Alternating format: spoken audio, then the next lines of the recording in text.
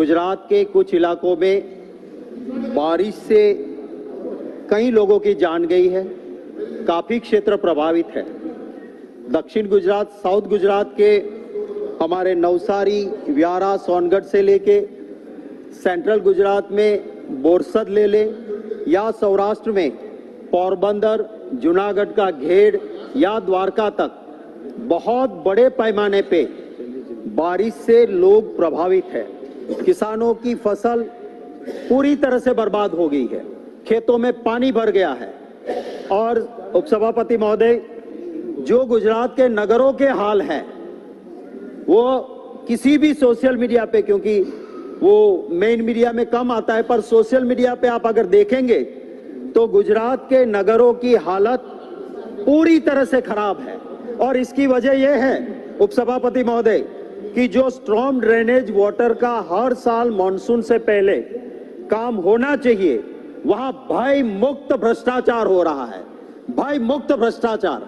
और इसीलिए जो स्ट्रॉम ड्रेनेज का बारिश के पानी का निकाल का जो काम होना चाहिए वो हो ही नहीं रहा है।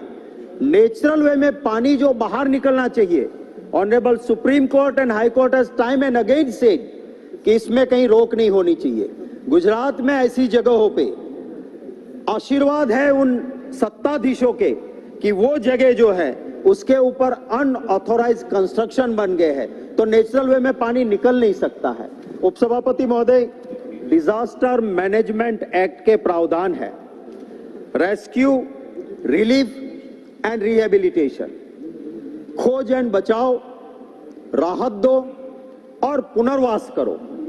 मुझे दुख के साथ कहना पड़ रहा है कि गुजरात में बारिश के प्रभावित लोगों के लिए ये तीनों चीजों में से कुछ भी नहीं हो रहा है। पुरानी परंपराएं रही है कि जिसको जो भी नुकसान गया हो उस नुकसान को डिजास्टर मैनेजमेंट एक्ट के तहत पूरी तरह से सहायता दी जाती थी, पूरी तरह से राहत दी जाती थी। और खास करके जो रोज का कमा के रोज खाते हैं उपसभापति महोदय, उनको कैश डॉल्स देने का प्रावधान है।